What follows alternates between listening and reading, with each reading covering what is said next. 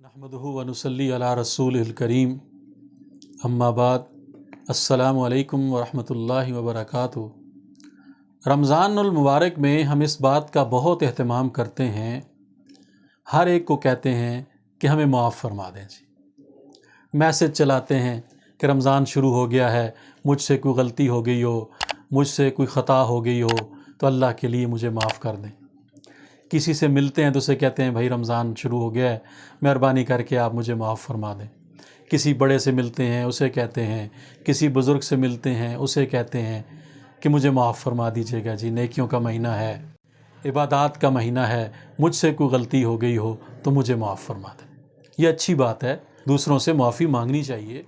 किसी के साथ कोई हमने गलती की, किसी के साथ कोई ज़्यादती की, किसी की कोई हक तलफ़ी की, किसी का कोई हक मारा, कोई नाजायज़ काम हमने किया, हमें दूसरे से माफ़ी मांगनी चाहिए।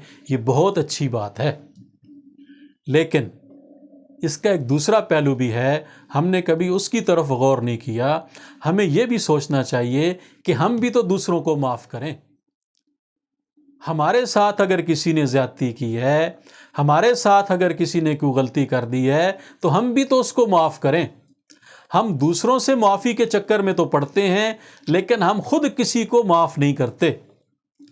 ये चीज़ जो है इसकी तरफ भी तवज्जो देनी चाहिए। रमज़ानुल मुबारक में ख़ास तौर पे इस बात का एहतमाम करना चाहिए, इस बात की फ़िक्र करनी चाहिए, इस बात का एहसास करना चाहिए कि हमारे साथ अगर किसी ने कोई गलती की, हमें किसी ने कोई नुकसान पहुंचाया, हमें किसी ने कोई तकलीफ़ पहुंचाई, हमारे साथ किसी ने कोई ज़्यादती की है, तो हम अल्लाह की रज़ा के लिए उसको मुआफ़ कर दें।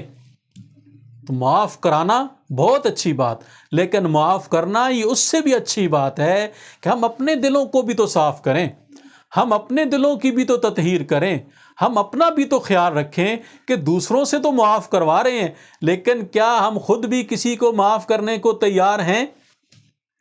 सबसे बड़ी बात है।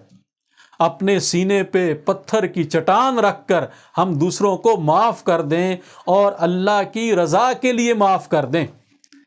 दुनिया वाले जो कहते हैं कहते रहें, हमें दुनिया वालों की फ़िक्र नहीं करनी चाहिए।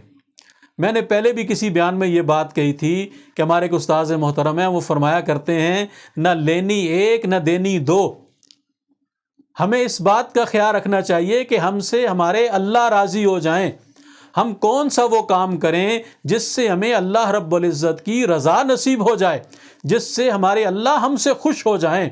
तो किसी को माफ़ करना बहुत बड़ी बात है। ये दिलों के अंदर जो इंतकाम के जज्बात होते हैं कि मैं इसको माफ़ नहीं करूँगा, मैं इससे बदला लूँगा, इसने मुझे ये कहा, इसने मुझे ये कहा, इसने मुझे ये कहा, मैं इसको कैसे माफ़ कर दूँ? मैं अगर इसको माफ़ करूँगा तो लोग ये कहेंगे कि ये बड़ा बुज़दिल निकला कि इसने बदला नहीं लिया और इसने माफ़ कर दिया।